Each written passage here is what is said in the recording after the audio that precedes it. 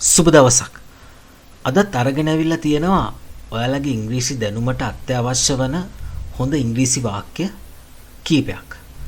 අපි ඉතින් වෙලාව අරගන්න නැතුව ගිහිල්ලා බලමු මම තෝරගෙන තියෙන පළවෙනි වාක්‍ය මොකක්ද කියලා. දැන් ඔයාලට පේනවා ඇති මම පළවෙනියටම අරගෙන තියෙනවා ඇයට තව ඩිංගෙන් කලන්තේ හැදෙන්න ගියා. කියන්නේ කලන්තේ හැදුනේ නැහැ. අපි තුමු මොකක් හරි බය වෙලා හරි මොකක් හරි හේතුවක් නිසා කලන්තේ හැදෙන්නම ගියා නමුත් හැදුනේ නැහැ. දැන් කලන්තේ හැදුනා නම් she fainted කියලා කියන්න පුළුවන්. දැන් මෙතන කලන්තේ හැදෙන්නම වගේ ගියා නමුත් හැදුනේ නැහැ. කොහොමද දැන් අපි ඕක කියන්නේ? අපිට කියන්න පුළුවන් she almost fainted.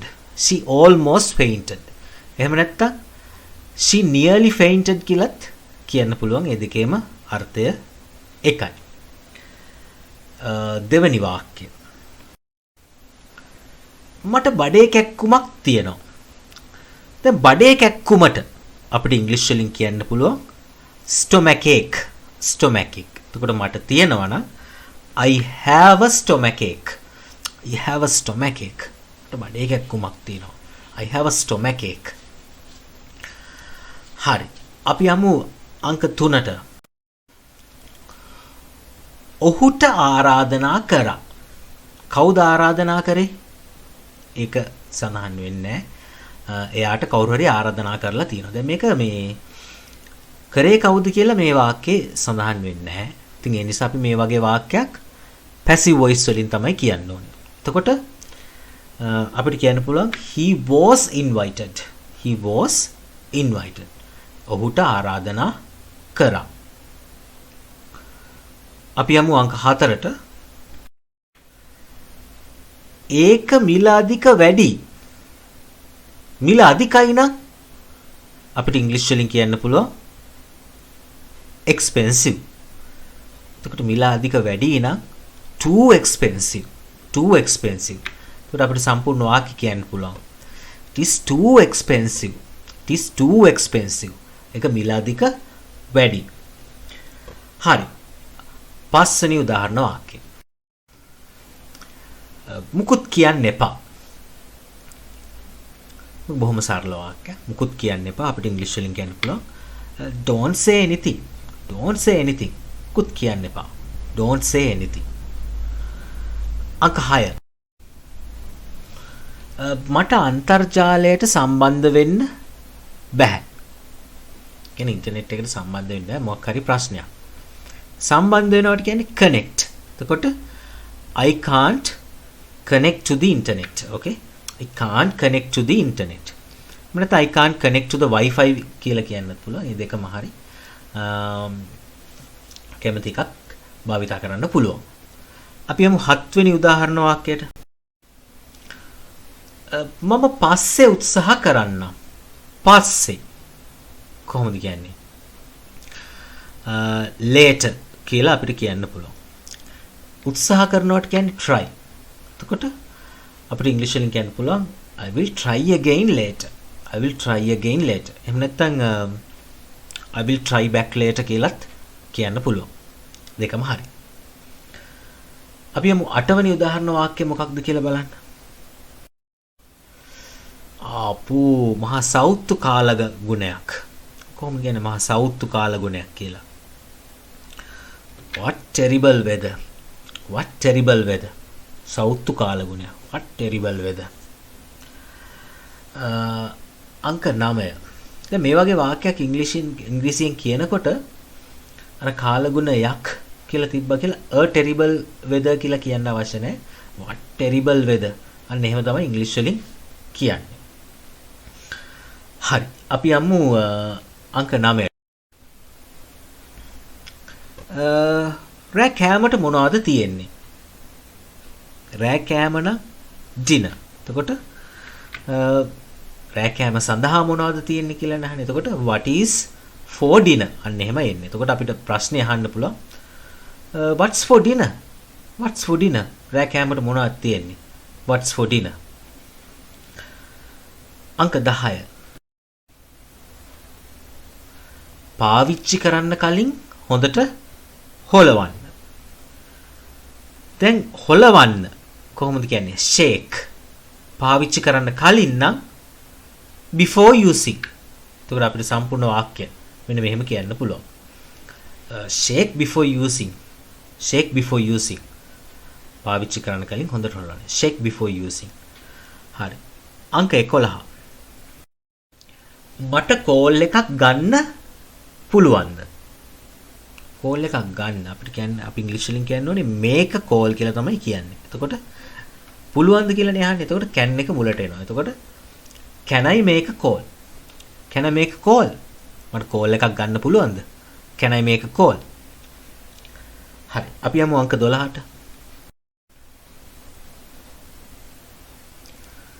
දවල් කෑමට පස්සේ මම පොඩි නිින්දක් දැම්මා. දවල් කෑමට පස්සේ කොහොමද කියන්නේ අපි දවල් කෑමට පස්සේ කියලා? after I had lunch. මම දවල් කෑම කෑවට පස්සේ after I had lunch මම පොඩි නිින්දක් දැම්මා. I took a nap. I took a nap. එතකොට I took a nap after I had lunch. I took a nap after I had lunch. හරි. අංක 13. එයාලා දෙසැම්බර් මාසෙට කලින් ඉදිකිරීම් කටයුතු අවසන් කළ යුතුයි. එතකොට ඉංග්‍රීසි වලින් කියනකොට අපි ඉස්සෙල්ලාම කතෘ කවුද? එයාලා. ඊට පස්සේ ක්‍රියාව. එයාලා අවසන් කළ යුතුයි. They have to finish. එයාලා අවසන් කළ යුතුයි මොකද්ද? ඉදිකිරීම් කටයුතු. අපිට ඉංග්‍රීසි වලින් කියන්න පුළුවන් the construction. දෙසැම්බර් මාසෙට කලින්. අපිට before December කියලා කියන්නත් පුළුවන්. එහෙම නැත්නම් by December කියලා කියන්නත් පුළුවන්. by කියන එක දැම්මම තමයි යෝකේ නියමම අර්ථය එන්නේ. එතකොට they have to finish the construction by December. They have to finish the construction by December. දැන් මෙතන by කියන එක දැම්මහම ගොඩක් දෙනෙක්ට හිතෙන්න පුළුවන් දෙසැම්බර් මාසේ වෙනකොට කියන අර්ථය. දෙසැම්බර් මාසේ වෙනකොට by December. නෑ ඇත්තටම එහෙම අර්ථයක් නෙමෙයි යෝකේ තියෙන්නේ. by කියන එක දැම්මහම මේකෙන් අදහස් වෙන්නේ කලින් කියන එක. කලින්. ඒක හොඳට මතක තියාගන්න. ඒ කියන්නේ කවුරු හරි කිව්වොත් එහෙම එයාලා දෙසැම්බර් මාස they have to finish the construction by December කියලා. ඒ කියන්නේ දෙසැම්බර් මාසේ වෙනකොට නෙමෙයි. ඊට කලින් ඉවර කරන්න ඕනේ. ඒක තමයි ඔකෙන් අදහස් කරන්නේ. හරි. අපි යමු අංක 14ට. ඔයා හිතන්නේ එයා කීයටද නැගිටින්නේ කියලා. උට කීයටද? what time කියන තමයි පටන් ගන්න ඕනේ. ඔයා හිතන්නේ නම් what time do you think he gets up? අන්න එහෙමයි එන්නේ වාක්‍යය. ඒකට අපි අහද්දි what time do you think he gets up? What time do you think he gets up? හරි. අපි යමු අංක 15ට. මේ ප්‍රදේශයට යන්න හොඳ නැහැ. ඒ කියන්නේ මම ඔයාලට පේනවා ඇති කහ පාටින් සඳහන් කරලා තිනවා අනිත් අය බලාපොරොත්තු වෙන්නේ නැහැ අපි ඇතුළත් වෙයි කියලා. ඒ කියන්නේ අපි ඇතුළත් විය යුතු නැහැ. අන්න ඒකයි ඔකින් මම අදහස් කරන්නේ. හැබැයි අනිත් අය තමයි බලාපොරොත්තු වෙන්නේ. එතකොට අර supposed to කියන keyword එක. එහෙම නැත්නම් supposed to කියන phrase එක අපිට ප්‍රයෝජනෙට ගන්න වෙනවා දැන්. අපෙන් බලාපොරොත්තු වෙන්නේ නැහැ හැම දෙයක්. එතකොට we are not supposed to ඇතුල් වෙන්න නම් to enter. මේ ප්‍රදේශයට නම් this area. එතකොට අපිට කියන්න පුළුවන් we are not supposed to enter this area. We are not supposed to enter this area. හරි. අපි යමු අංක 16. උදාහරණයකට. ඔයා හිතන්නේ අපි පරක්කුයි කියලාද? ඔයා හිතන්නේ do you think අපි පරක්කුයි කියලාද? We are late. එතකොට අපිට කියන්න පුළුවන් do you think we are late? Do you think we are late?